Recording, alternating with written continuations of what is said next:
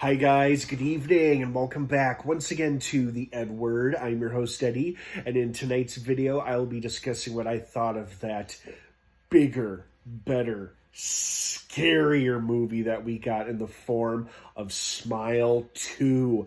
I was lucky enough to be invited to the premiere screening, not the red carpet premiere event, but the screening following the red carpet stuff.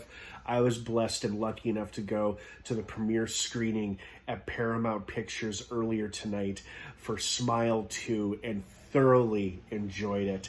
So you're probably watching this video either on Wednesday or Thursday when I actually will upload it, because the review embargo is until I think they finally dropped that on Wednesday, so I should be able to upload it by then. So whenever you're watching this, I'm glad you are. But I'm here to talk about what I thought of Smile 2, and oh my goodness, what a movie it was. Now, before I get into all of that, of course, please be warned, this is a spoiler-filled review. So if you haven't seen Smile 2 yet and you intend to watch it this weekend, opening weekend, do not keep watching and listening to this review, as I will be discussing big spoilers. Seriously, big spoilers to follow, so you have been warned. That being said, let's dive right back into it. So this movie pretty much delivered and satisfied my expectations with what I wanted. Bigger, better, scarier. Some of the scares felt familiar because it feels like they repeated a few beats from the first film, which is understandable. This is a sequel. So they were a little familiar, but still pretty spooky. But then, thankfully, at first, as I was watching this, I thought, oh, I know what's going to happen here.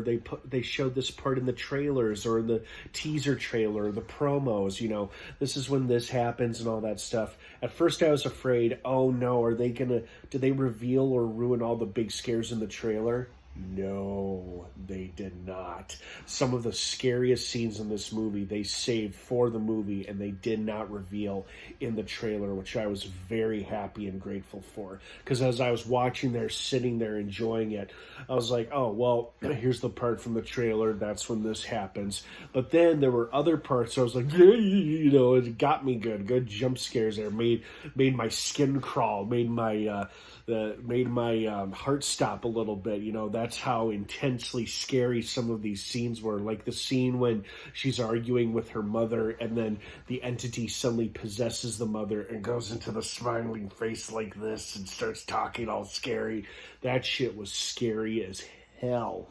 And then I also loved how the sequel was bigger in terms of scope and scale. You had your main character being a big pop star, so she was in a large venue she was rehearsing and ultimately performing in.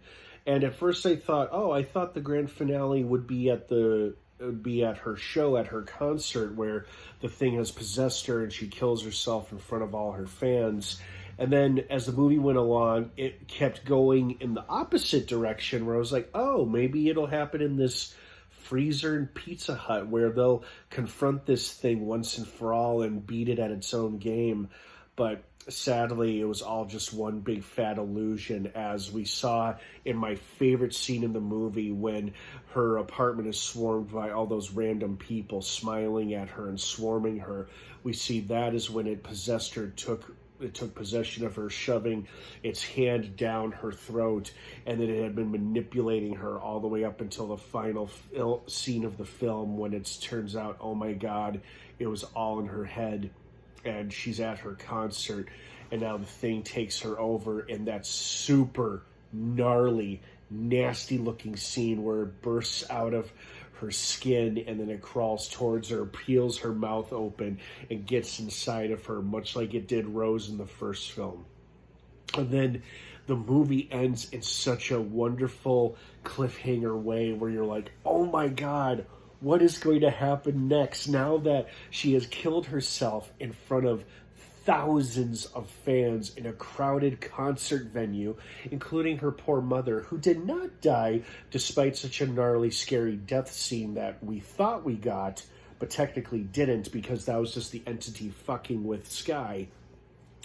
I was like, oh, now her mom watched her die. Oh, that's sad. And then now everybody there is traumatized, and that thing is going to spread like wildfire.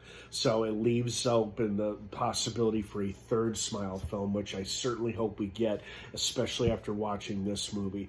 But this movie was entertaining. You know, for me, horror films don't necessarily have to be super scary. They just got to be entertaining. And as long as I'm entertained, you know, yeah, the scare factor, the level of horror does matter to me. But as long as I'm entertained, that's what I'm grateful and happy about. And I was very entertained from beginning to end watching this. I thought it had a good story. It had some funny moments in between the scares and all the horror. And it had some familiar beats that they repeated from the first film, which I was fine with because I was like, oh, yeah, that's like what they did in the first movie there with this scene and that scene. And then they saved the scariest, best jump scares for the movie, and they did not reveal or show any of them in the trailer or teaser footage for this film, which I was super grateful for. Hats off to Naomi Scott for a fantastic, which must have been an emotionally draining performance, playing such a broken character like Skye. She was outstanding. Granted, everybody did a great job in their respective roles. I was just so sad that they killed off Kyle Gallner so quick. Granted, I kind of knew that was going to happen because people who see this thing don't live very long. But he ended up getting hit by a car instead of being suiciding himself. But wow, everybody did such a good job in their respective parts in this movie. But especially the lead, Naomi Scott. What a fantastic performance she gave in this film. I don't know if she'll win an Oscar or not, but she should definitely get at least a Golden Globe or something like that. Horror is seldom or rarely recognized at the Oscars or any award show for that matter, which is too bad. But she was outstanding. So hats off to her and everybody else who did a great job playing their respective parts in this film. But wow, Naomi Scott, wow, wow, wow. So I thoroughly enjoyed this film very, very much. I'm going to watch it again opening night officially on Thursday. So I'm looking forward to that, hearing that crowd's reaction to all the big scary scenes. What did you guys think of Smile 2? Did you like it? Did you hate it? Were you expecting more, expecting less? Let me know what your thoughts and opinions are down below in the comments section. Have a wonderful rest of your night, if you can fall asleep at all after watching this. Smile 2 is going to be playing in theaters starting October 17th and then opens officially October 18th nationwide. Have an awesome rest of your night, everybody. And of course, until next time, what's your favorite scary movie?